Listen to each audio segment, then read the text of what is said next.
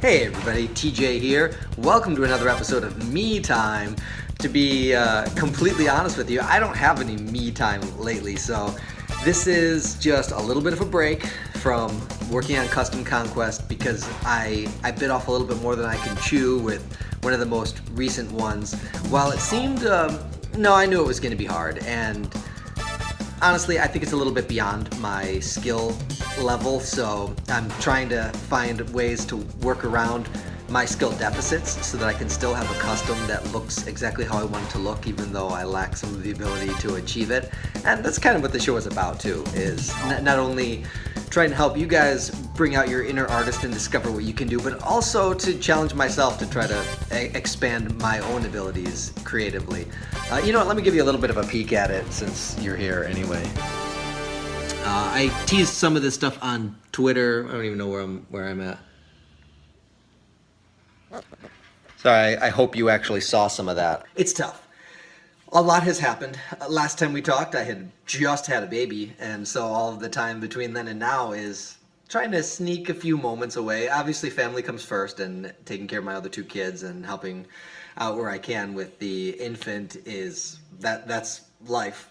But I have managed to get out some fun stuff.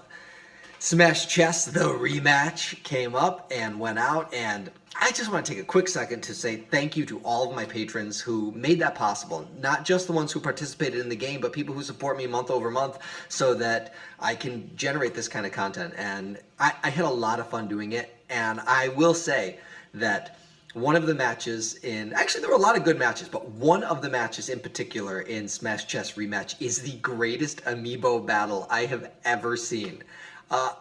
I'm not joking when I say, and I know people don't believe me, but Smash Chess Rematch, me v me, I don't coordinate who wins. I don't orchestrate or arrange these battles because, frankly, I don't have time. I can't film the entire process of making each and every episode to prove the legitimacy of it.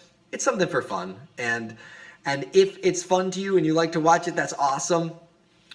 And even if you don't believe me, it doesn't really change much. Let me give you a little bit of an anecdote. One of the fights that went by in season 2, episode something, where the winner was Jason, I'll be a little bit more specific, Amiibo Jason and Wendy. I had an error during the recording, like the capture was corrupt in some way and I couldn't use it.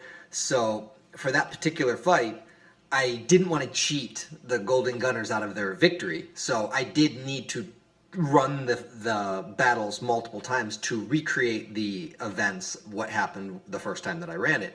And it took like 25 minutes to get the same results. And the worst thing is, if you know anything about Amiibo, the more they fight each other, the more cagey they get. They turn into defensive battles because they become accustomed to what the other character's attacks are, so they fall for fewer things. So the more times you run battles, the less exciting they become. So by this point, after running 25 minutes of battles, I finally produced a result that was the same as the original one, but the fight was not near as good. And I'm still sad that I lost the first one because it was a way better battle, and that's how it is with all of these. Now, that has nothing to do with what I want to talk about today.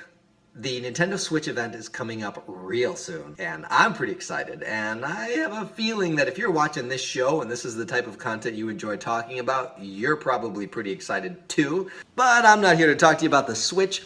We're going to talk about, if you noticed in the title, Super Smash Bros. Not for the Wii U or 3DS, and not even really for the Switch that much. The Smash Bros. That I'm interested in talking about is the one that comes after the Switch. But before I start throwing my heavy opinion around, let's cross our T's and dot our J's. The views and opinions expressed here are ours alone and do not necessarily reflect those of this channel or its affiliates. And we reserve the right to alter them at any time if it's convenient or because we feel like it. So, take this. Okay, so here's the thing. I've been playing Super Smash Bros. Since the very beginning. I bought it way before anyone even knew what it was, and I love fighting games. I love fighting in general. I love everything about fighting. I love professional fighting. I fight myself. I compete in Taekwondo tournaments. I wrestled in high school. Something about the physical challenge of a person taking on another person or a character taking on another character is really exciting. So one of the games that resonated with me a lot when I was young was Mortal Kombat. And it did something that was totally different. When that first Mortal Kombat came out, it looked like nothing else that I had ever seen. It looked like a movie that you control. And by having these extremely realistic fighters doing these are real martial artists, doing real martial arts moves, combined with these super hyper stylized video game moves, it was just amazing. And so I played a lot of it. Smash Brothers was a game that not only took the concept of characters that I like fighting each other, but they brought a new spin on it. And instead of trying to deplete a character's energy, you're trying to just sumo style fight them. You're trying to knock them out of the ring. And that's pretty awesome too. Now, there's a certain pattern that most fighting games have, and Smash Brothers is starting to fall into that pattern. When we're looking at a long-standing series like Street Fighter or Mortal Kombat, when they release, they have a pretty modest cast. And I'm sure that there are a lot of things that contribute to that. Probably mostly you're figuring out what you're doing, and budget constraints are what they are, and you want to be able to give people a really fun and exciting and satisfying game, but at the same time, you want to maximize assets. Instead of giving a lot, you want to make the most out of what you have. Mortal Kombat launched with a cast of, I think, 7 playable characters, all very unique and all very different. You had one palette swap in there, but they were still very different. Scorpion and Sub-Zero. In Smash Brothers for the N64, you got a pretty modest roster. You have some unlockable characters. I think you wound up with 12 guys once all is said and done, and you managed to unlock everybody. And most of them are pretty essential mascots. I think that it's not a stretch to say that Jigglypuff was far-reaching, and Jigglypuff's inclusion was only because she shared a distinct physical resemblance to Kirby, so it lets you get a little bit of a clone action in there and add another character without having to add a whole lot of time. The game was tight. Then let's look at Mortal Kombat 2. You go in there, they add a bunch of new fighters, and they expand on the fighters that they already had. That's the pretty common thing to do with sequels.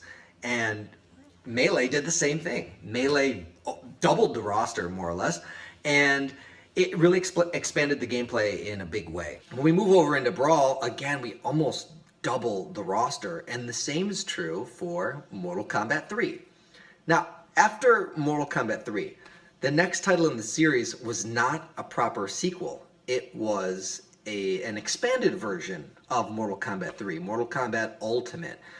And Smash Brothers moved on to Smash 4, which is even more humongous than the previous version. But the one that's now going to come out on Switch seems to be, instead of a traditional sequel, it's going to be more like the difference between Mortal Kombat 3 and Ultimate Mortal Kombat 3. And that is, instead of a completely new game, it's an expanded version of the game that you had previously played. So it's running on the same engine, and most of your characters have minor differences, if anything, and maybe they expand it with a few new characters. All of the characters from the entire history of Smash Brothers were in Smash Brothers for Wii U and 3DS, with the exception of 6 of them, and I wrote them down so that I can remember. Snake, and I think it's highly unlikely we're going to see any more of him because he is a third-party character, and sometimes dealing with companies, particularly Konami, unfortunately, can be a little bit sticky. Then we got Pichu. He's just like another version of Pikachu, only not as cool or not as good. Sorry, Pokemon fans, but it's true. The Pokemon Trainer, well, he sort of made it in there. At least he's semi-represented because he fought with Ivysaur, Squirtle, and Charizard. Charizard is in the game only as a standalone character, but no sign of Squirtle or Ivysaur, and the mechanic of using the Pokemon Trainer is gone. Then we don't have Young Link, but we do have Toon Link. So is it a complete omission? I would say so. Since Young Link hadn't been featured in a long time, and Toon Link is a contemporary version of him that continues to appear in games, it made sense to switch it up and replace one with the other. And then we got Wolf. I think there's a very good chance that Wolf will be in the Switch version of Smash, the expanded version. I also think that this next character, who was a fan favorite, that did not appear in the other versions, but was somewhat infamously omitted because of the limitations of the 3DS, and that is the Ice Climbers. So I think we will see Ice Climbers and Wolf reborn in the Switch version, as well as potentially a couple new characters. One that it would really shock me if we didn't see was the Inklings. I think there's going to be an Inkling in this version, and maybe they'll add another character. I'm not sure, but at least those three, it would not surprise me in the least if they were in there. In fact, I would be surprised if they were not in there. The roster for Smash 3DS and Wii U is enormous. If you include the 3 different Mii Fighters as different types, you've got already 58 characters, if memory serves. And then you add those 3, you're over 60. And there could even be a few other ones. My reason for bringing up Mortal Kombat before is after Ultimate Mortal Kombat, they go to Mortal Kombat 4. And Mortal Kombat 4 is getting back to basics. It's also a change in form. It goes from this very stylized but realistic look to 3D rendered animated characters.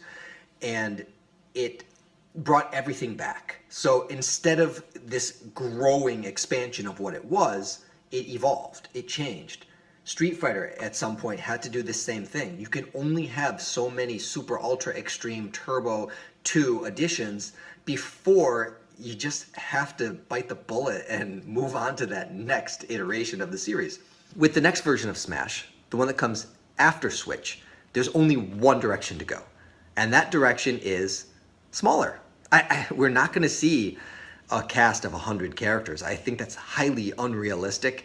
And it would be to the detriment of the game. I think most people would rather have a really solid, really tight game with perfect mechanics and very balanced gameplay than to have this just vomiting of every character that ever existed in your roster. Now, don't get me wrong, it's cool. And I love everything that Smash for Wii U and 3DS did. And I love that we have this vast arsenal of characters to choose from.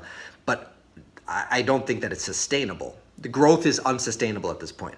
So what I really want to sink into for this episode of Me Time is to talk about with you my prediction for where I think the series is going to go. And I also really want to hear some of yours too. And by that I mean in specific the cast of the game. So to help me remember, I have my handy 3DS right here, which has all of the characters, including the DLC characters here. And I'm just going to go through one by one and tell you who I think is going to get cut and who I think is going to remain an active character in the team for Smash 5, let's call it. Because I don't think Smash for Switch is going to be an actual sequel. I think it'll just be an expanded director's cut edition type thing. And before we get into this, I want to say where third-party characters are concerned, I'm not really going to weigh in on those because there are so many legal aspects to that it's not really limited to a creative decision. So there's more to it than just that. Will we see Sonic in Smash 5? I think there's a good chance we will, but there's also a good chance that we will not. Bayonetta, who knows? Ryu, man, it would be awesome, but I tend to doubt it. Mega Man, maybe the same thing. So I'm just going to hold my opinion on those, and we're going to stick to characters that Nintendo owns outright and has complete autonomy about how they utilize them. All right, so starting off at the very beginning, Mario was in. He's one of maybe 5 characters that there is no way he's not in the game. I think the most representatives that any character has from any particular series, if you do what they did and credit Yoshi and Wario in from their own titles, is 6. And I believe there are only 3 series that have that distinct honor. I think it's Mario, Pokemon, and Fire Emblem, oddly. I don't know. So Mario is in, and I think his little brother Luigi is going to be in too. I also think there's a very good chance we're going to get Princess Peach. And will we get Bowser? While I think We will. There's a danger with these core Mario characters of weighting it too heavily in favor of those guys. I do think that those ones are safe. Yoshi, he's been in the game since the very beginning, same as Mario and Luigi, and he's safe. He's not on the chopping block. Rosalina, however, while I do think that she was a popular character and widely liked, and she played a little bit differently than the other characters, I don't think we're going to see her again. There hasn't been a Mario Galaxy for a while, and while she's a cool character, unless the marketing machine that is Nintendo decides to make another Galaxy installment that features Rosalina in some prominent way, I don't think that she's going to be in the game. Unfortunately, Bowser Jr. is going to face the chop too. I think what they did with Bowser Jr. by having him have the unique skins of all 7 of the other Koopalings, that is so cool. And maybe we're going to see more of that kind of stuff in Smash for Switch, particularly I think with Link, since Breath of the Wind, Breath of Tomorrow, Breath of Destiny, Breath of Fire, Breath of the Wild. Nailed it. He has a very un-Link-like look in that game. So I wouldn't be too surprised if we saw a version of Link that more closely resembled his appearance in that game. Back to our list. Wario. I like you, buddy, but I think you're out. So all you Twisted Mustache fans, sorry to say it, but if you had to break this down to about 15 people, Wario doesn't make the cut. Mr. Game & Watch is Mr. Game & Gone. He is not in a stripped-down version of Smash. Donkey Kong. You're there, buddy. That is a for sure. And don't you doubt it. But Diddy, however, Diddy was cut from Mario Kart. Diddy at some point starred in his own racing game. He was at some point a cast member of the cast member of the Mario Kart series, and then in the Wii U game he's not there. So I think he's gone for the next Smash. Link. Oh man, Link is there. He's a legacy character. He goes all the way back to the beginning. He is just as important to the series as Mario. He's a better fit for the series, really, because fighting is at least an integral part of his game series, whereas Mario usually just jumps on people's heads. So Link is there, for sure.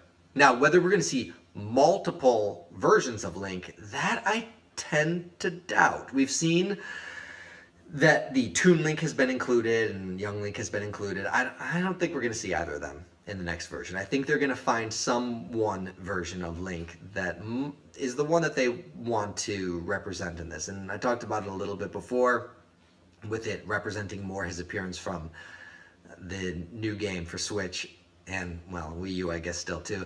And so it'll probably be something like that. Zelda, I think she's in there. And I think she's in there because of the limited roster of strong female characters that Nintendo has to choose from, and so that makes Princess Peach, as I said before, and then also Zelda pretty obvious picks. Now, will Zelda turn into Sheik again? Will Sheik be included? I would say no. Sheik has only appeared in one game outside of, well, any of the Hyrule Warriors and Smash games, and that was Ocarina of Time. And Ocarina of Time is an awesome game, but it's a pretty old game at this point. Even the remake for 3DS is pretty old. So Sheik probably does not make our cast for Smash 5. Ganondorf, though, he is in. And that is because you need to have the Triforce. At the very least, you need those 3 people from the Zelda series to hold it together. Link, Zelda, Ganondorf, courage, wisdom, and power. They're your team. They're your core right there. But I don't really think that you can stand to afford any one series much more than that. I know we gave Mario Brothers 4, but I think that's kind of the limit. And no other series, I think, is going to be able to support that many characters when we bring this roster down. Samus, though, she's in there. Zero Suit? I don't think so. We're looking at the iconic characters for this, and Samus goes all the way back to the beginning. Not only is she legacy, but she's a pretty critical character to Nintendo's beginnings. I imagine that there are going to be some cool things for Samus coming up in the future. Then we've got our Kid Icarus kids, and this game supported 3 characters from Kid Icarus. I think they're all gone. All of them. I think Pit, unfortunately, is gone. Dark Pit, definitely gone. And Lady Palutena, gone. Maybe Pit will sneak in. But I think he's one of those fringe characters where there's not a game to associate him with. He's only got 2 titles in his entire history, so he would definitely lose in favor of characters that are in all manner of different games. I'm not, of course, not including the Smash titles in that, just his original game for the NES and then Uprising for the 3DS. So it's hard to justify putting in a character like that when if you really have to make the tough cuts, and that's what we're doing. We're making the tough cuts. It's not because I don't like Pit. I like Pit. Pit is a fun character, but he also is kind of a lot like Link. He even makes that comparison to Link in Palutena's Guidance in Wii U, is how there are so many similarities between the two of them. They both use the bow and arrow, they both use swords. Of course, Link can't fly, but neither can Pit really, which he also says. So, I think that if you have to choose between 2 very similar characters, Link and Pit, you're going to pick Link. Now we get into Fire Emblem, and this one is a little bit odd.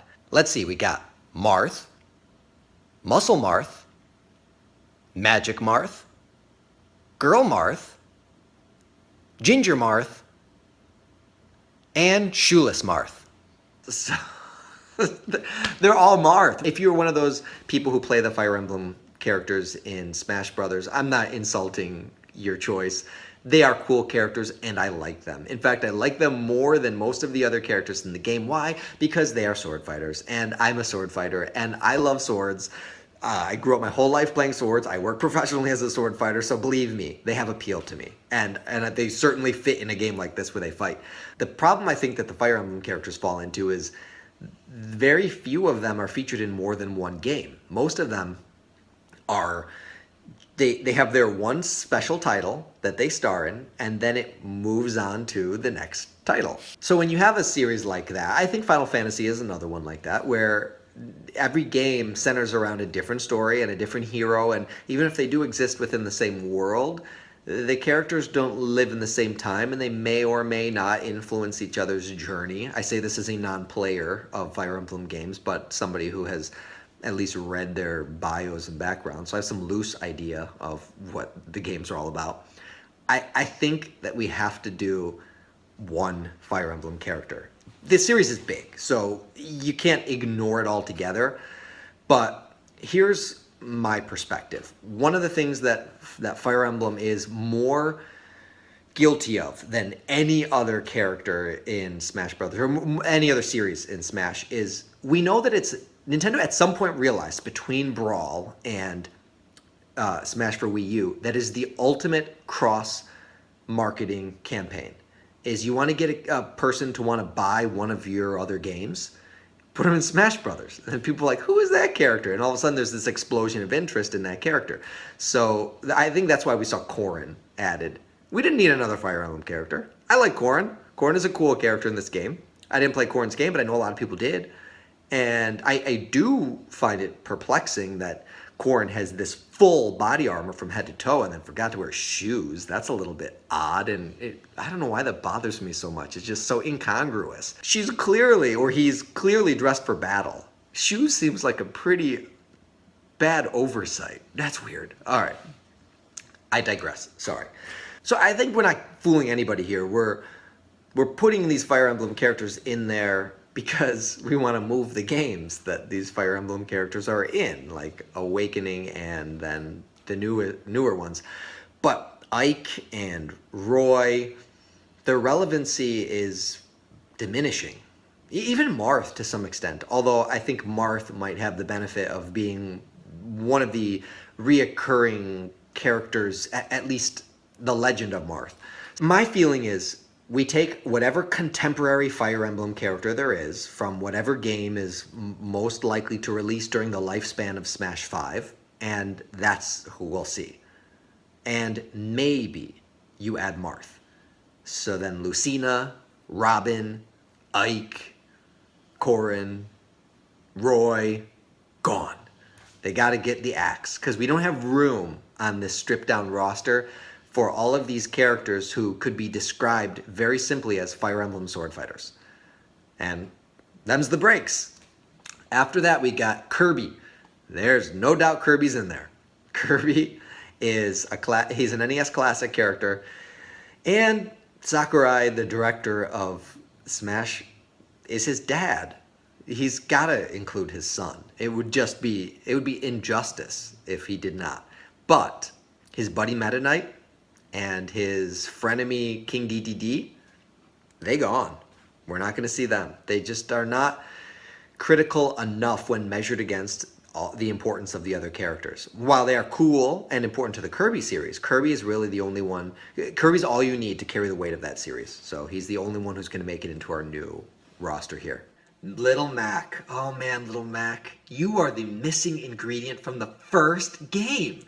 You are the one obviously overlooked character that should have been in every single version. You are the only Nintendo character who is a fighting game character. And his inclusion in Smash 4, oh man, I was so pumped. I was so excited once I realized that he was going to be in that game, and I think he's an obvious keeper. You keep him in there. Yes, his playstyle is very dramatically punch heavy, and he has no recovery to speak of, but that's kind of what makes him good. He's a high risk, high reward character. If you can land those heavy hits, that's awesome. If you get knocked far off that stage, you're in trouble. So he belongs. He definitely belongs. He is the only representative from his series. It is a classic franchise that, while it may only have 3 games, or 4 if you can count the arcade, and there might be something that I'm forgetting, but he belongs there every bit as much as any of the others. Fox. Oh man, Fox. Fox is going to be there. You better believe it. But his buddy Falco? Falco, you're gone. And I'm glad to see you're gone, because I never liked you anyway. And so, of course, Wolf, who was in a previous version of the game and will probably be in the Switch version, he's not going to be there either. Fox will be the lone representative of the Star Fox series. Now we move into Pokemon, and this is some tricky territory because we've seen a lot of different things done with Pokemon. Pikachu is for sure there. He's the one that we can say with all certainty is not going anywhere. He's the mascot character. He's the most popular Pokemon. Everybody knows who he is, and he goes back to the first version of the game. It's a no-brainer. The only other Pokemon that has that pedigree of going back to the first game was Jigglypuff. And Jigglypuff was only included in that game because of his resemblance to Kirby and the ability to clone and modify him. So I don't think that Jigglypuff should have been in any other game. Honestly, that's my opinion. I'm not saying he's not a good character. I'm not saying that there aren't great players who utilize him. I'm saying that why Jigglypuff of all characters? The initial reason makes sense, but then going forward, his only justification for being in the game is that he is a legacy character, or she. So I don't think that we should ever see Jigglypuff in another Smash game ever. Jigglypuff is more popular from Smash than from Pokemon series. Who has Jigglypuff in their party? Nobody does. So it just does not carry the popularity that a Pikachu would have. Now, personally, and I don't think we're going to see this, but I think that the Pokemon trainer has potential. That's a really cool idea, being able to have, and a cool way to incorporate more Pokemon into the game, is to have this character who can switch between them. Will we see something like that again? I don't know, but personally, I think that's kind of awesome. And my guess is that we will not, but I would like it. So here's my perspective. Only special Pokemon should make it into Smash. Pikachu is special. Mewtwo is special. There is supposedly only one Mewtwo out there. Jigglypuff, not special. Charizard, very cool, but not special. There's a lot of Charizards. Lucario, I think he's gone. Lucario is a less cool version of Mewtwo. Greninja. I know people really like Greninja, but how do you make a character like Greninja special? Maybe you make that Ash Greninja. That could happen. I know that Greninja won the poll of being the most popular Pokemon in Japan. That's a pretty high honor when you're looking at there being some 800 Pokemon. So if he's the most popular, including him for that reason makes sense. Maybe it does make him more unique if you give him that Ash version. But to be honest, here's what I would do. Instead of doing random Pokemon, like Jigglypuff is a totally random choice. Lucario's pretty random. I would take a fire starter from one of the games, a water starter from one of the games, and a grass starter from one of the games. It might make sense if some of them were from Sun and Moon, but the Sun and Moon starters are all really lame. Oh, I said it. Oh my gosh. I cannot believe I just admitted that. Remember that part about the opinions? Yeah. I don't like those Sun and Moon starters at all. Charizard is great. Greninja, his tongue grosses me out and I hate it, but I accept that he's popular. We need a grass Pokemon in there somewhere. Pokemon confound me. Let me know what you guys think about that. If you had to pick 3 to 5 Pokemon to put in Smash Brothers, what would be your criteria? I know I'm kind of talking in circles about this, but I'm also processing the thoughts while I'm talking to you. So I think Pikachu, for sure. He's golden. And then I think Mewtwo, because he's special. He's unique. He's one of a kind. And then let's say you had to pick only 1 more Pokemon or 3 more. I would go Pikachu, Mewtwo, grass, water, fire starter from somewhere in the series. And I don't want to say anything too specifically because honestly I don't know. There's important considerations that need to be made, like who lends themselves to this fighting style. You can't just use any Pokemon because not all of them have bodies that are suited to Smash. Some of them are just like ice cream cones. I don't really think that Vanillux is very Smash friendly. So it's not likely we're going to see that. But there are probably some out there who would be really cool to have. There's a whole arsenal of fighting type Pokemon that might be cool to have in the game, but then are they too much like some of the other fighting characters? I don't know. Like personally, I would rather have Hitmonchan and Hitmonlee than most of the Pokemon that are in the game, but I don't really see that happening. So who knows? The bottom line is Pokemon's not going away. Pikachu's not going away. But there's a lot of decisions that need to be made regarding who makes it into this title. And when we start to break it down, I think we're only going to see, you know what? Maybe we just do Pikachu and Mewtwo. I've been talking about this forever. Let's move on. Duck Hunt Dog. It was great to see the Duck Hunt Dog revived for Smash for Wii U, but he's not coming back. No way. And Rob, another character that most people forgot that he even existed, and then he was included in Brawl, and it was kind of a cool reveal to have this forgotten icon of the past resurrected and made new and fresh again. But I think his time is done, and I don't think we're going to see him in the next iteration of Smash. Ness is in. He might be an unlockable, he might be a DLC character, but he's been holding this Earthbound series together by a thread. He plays very differently than the other characters. He is a fan favorite. He has no games coming out ever again. I hate to say it, but Earthbound is done. The best we can hope for at this point is that Mother 3 will sometime see the light of day. But I think that it's going to come down to Ness. Even though if Mother 3 does release, Lucas is more relevant, I still think Ness is the more iconic and the one that more people know just because he has this long-standing history here in North America where Lucas, the only way that you played his game is if you were intrepid and you tracked down a fan sub and or you can read Japanese, or you're a glutton for punishment and you played through the Japanese version without being able to read. In any event, it was very hard to get it. So not as many people are familiar with Lucas because you really had to kind of jump through a few hoops to be able to play Mother 3.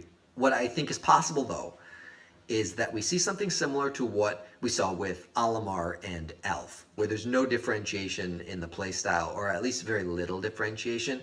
Maybe they subtract the balancing differences between Ness and Lucas, and you just are able to swap, like the Koopalings, or like the male and female Wii Fit Trainer, or Alpha and Olimar. So that's a possibility, but if we had to just pick just one, it's going to be Ness, and I don't think we're going to see 2 character slots. Captain Falcon. He's there. He's going to be in there. He goes back to the first game, and he's the only reminder that the game F-Zero ever even existed. I know that a lot of people have been really wanting another F-Zero game. It's my opinion that Mario Kart killed F-Zero. There's no reason to make an F-Zero because Mario Kart is a better game. It plays better, it has broader appeal, and even in the most recent version, it started to incorporate F-Zero elements, including vehicles and tracks. So the next step is just to make Mario Kart a Nintendo kart and actually put Captain Falcon in it. You can wear Captain Falcon clothes if you scan his amiibo into it. You can drive his car, you can drive his track, you can listen to his music. Then why don't you just put him in the game? He's a racing character. So that makes way more sense than to make an F-Zero game where you're pretty much trying to make another racing game that just fewer people like when measured up against Mario Kart. And I know there are some people out there who would buy every racing game that Nintendo released, but my inclination is that most people are going to pick one. And I'm going to pick Mario Kart because it's more fun. But as far as Smash goes, he's in. So you don't have to worry about that. The villager from Animal Crossing. I think he's gone. But I think he's going to be replaced by Isabelle. I think Isabelle's going to take over. And I think she's going to use her managerial abilities and bring them to the battlefield. She's going to become the ultimate strategist and pretty much just a palette swap for villager, if I had to guess. I think she's going to utilize all of the things that we know from Animal Crossing: the net, the fishing pole, the shovel, the axe, all that kind of stuff. And she's going to find some way to make it battle worthy. I really think it'll be the villager doing all the things that he does, only in an Isabelle skin, more or less. I think Olimar has a very good chance of making it into this next one. His playstyle centers around the Pikmin, and the Pikmin are unique, and there are no other character plays like him. And I don't think we've seen the last of the Pikmin series. Pikmin 4 has already been confirmed to have been completed long ago. We're going to have this side-scrolling Pikmin adventure coming up soon. So Pikmin still has legs, and Olimar is going to find his way into the next Smash. Wii Fit Trainer, as cool as she is, and as innovative as I think Wii Fit the game was, to try to find some way to video game eyes fitness, and I loved it. I don't know how many other people out there played it, but I really enjoyed running with my fit meter and scanning it back into the game, and that she was put into the game was so cool and so unique. But I don't think we're going to see her again. Wii Fit as a series, I think might be done. I think we might have saw the last version of it. And as a fighter, she's not iconic. She's a great addition for the Wii U version, but it's probably going to be her only entry into the series.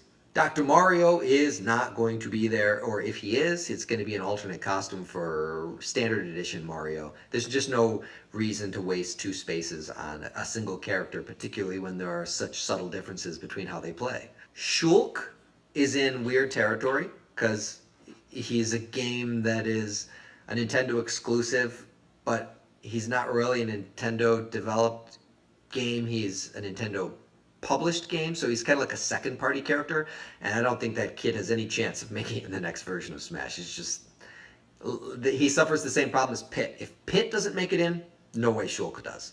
Then the only thing we have left are our third party characters, and I already said at the beginning that I don't really want to weigh in on that, because it's totally possible that we can get Sonic, Mega Man, Pac-Man back in, and it would be a dream come true if Ryu could make it in. Cloud, Bayonetta, again, I don't think so. But who really knows? And since we're shrinking down our Smash roster so much of the core Nintendo characters, you don't want there to be a disproportionate weight towards the third-party characters. So if there are any, it's going to be very few, I would guess, because you don't want to have there be like 15 Smash characters and then another 7 DLC characters that Nintendo doesn't own. It really doesn't make a whole lot of sense. So I would tend to think that we're not going to see DLC, not DLC, I'm sorry, well, I'm sure we'll see DLC. I would tend to think we're not going to see third-party characters, or if we do, it will be very few. So the only other character that I want to dedicate some attention to is my favorite character in the game, and that's the Mii Fighter characters. It's because not only can it allow me to be able to fight with all of my video game friends, Link and Mario and the rest of the gang, but you could put anybody into the game. So what I'm predicting, or maybe this is more hoping, is that while we're diminishing the roster substantially, we're expanding the customizable features of the Mii Fighter. So while we of course retain the ability to customize our Mii to look, well, however you can within the limited parameters of the Mii making, we'll probably expand that substantially with the costumes that you can have. You can bring a pretty good looking Crom into the game in Mii Fighter form, of course, as well as a number of the other characters like Viridi and some of the other versions of Mega Man. There's a good chance that will be there too. And that way, you may not get a Waluigi or a Wario or a Toad, but you can make a pretty cool looking Mii that can wear costume pieces that resembles them, that almost makes up for the fact that they're not in the game. So I think that the Mii Fighter has to be there. It would be such a letdown if we lost that character, because it really has the most diversity of any character in the game. Now, will they appear as they did in this one, where we have 3 different versions, a sword fighter, a Mii brawler, and a gunner? That's a little bit harder to say. I think that was a smart way for them to go for the Smash 4, but I'm not sure if that's the direction that they'll go in the future. I just hope that we have some kind of customizable character that allows us to put us in the game in some way. I know I've taken up a lot of your time and I've laid down my opinions about what we're going to see for Smash 5. I just want to do a quick recap of the characters that I think are going to get included in the game. Our new roster is going to have Mario, Luigi, Peach, Bowser, Yoshi, Donkey Kong, Link, Zelda, Ganondorf, Samus, Marth, Kirby, Little Mack, Fox, Pikachu, Mewtwo, Ness, Captain Falcon, Isabelle, Olimar, and then I'm going to go ahead and add the Inkling, because I'm pretty sure that Inkling is going to be in the next version of the game. And finally, the Mii Fighter. And of course, if Nintendo develops any new IPs, kind of like how they did with Splatoon, we'll probably see the main character or some mascot character representative of that series in the game, because it just seems too likely that that would be there. This stripping down, while there's going to be some growing pains, it's also the obvious, it's the only place to go. It's so many shattered ceilings to get all of these characters into Smash 4. It's a monumental accomplishment, and it is a tremendous game. But it cannot continue to go this way. They say the sky is the limit. This game went so far beyond the sky. This game went into the cosmos. And so we need to recenter and get regrounded so that this series can return to basics and then continue to grow out from there as it reinvents itself, not taking away what we know and love about the series, but bringing it back to the Nintendo essentials. So what do you think? Do you agree with me? Do you think that Smash 5, the one that, I'm not talking about the Switch one, that Smash 5, the one that comes after the Switch version, is going to restore a very small and stripped down cast of core characters from Nintendo games? Or do you think that they're going to continue to try to grow this roster into something even more robust than the almost 60 characters that we had? I'm sure it'll be 60 plus by the time we're done with the Switch version. So how much more can you go? I don't know, but I think we've seen I think the Switch will have the largest cast of characters of any of the games in the Smash series. Thank you for listening and tuning in and spending your time with me. But I'm really curious to know your opinion on this. If you had to pick and you strip it down to just who the basic characters are, then let me know who you think it's going to be. Leave it in the comments section below. I appreciate all the thought and time that goes into your comments that you leave in the comment section, and I do read all of them. So I hope you all really have a good time with the Switch event. I'm really curious to know more about what this system is about. Maybe we'll get to hear some updates about Smash 4 Switch. I think there's a good chance we probably will hear something. And that's about all the me time I can scrounge up for today. It's time to go back to customizing for Custom Conquest. Hopefully we'll get an episode of that out soon. Until then, thanks for playing.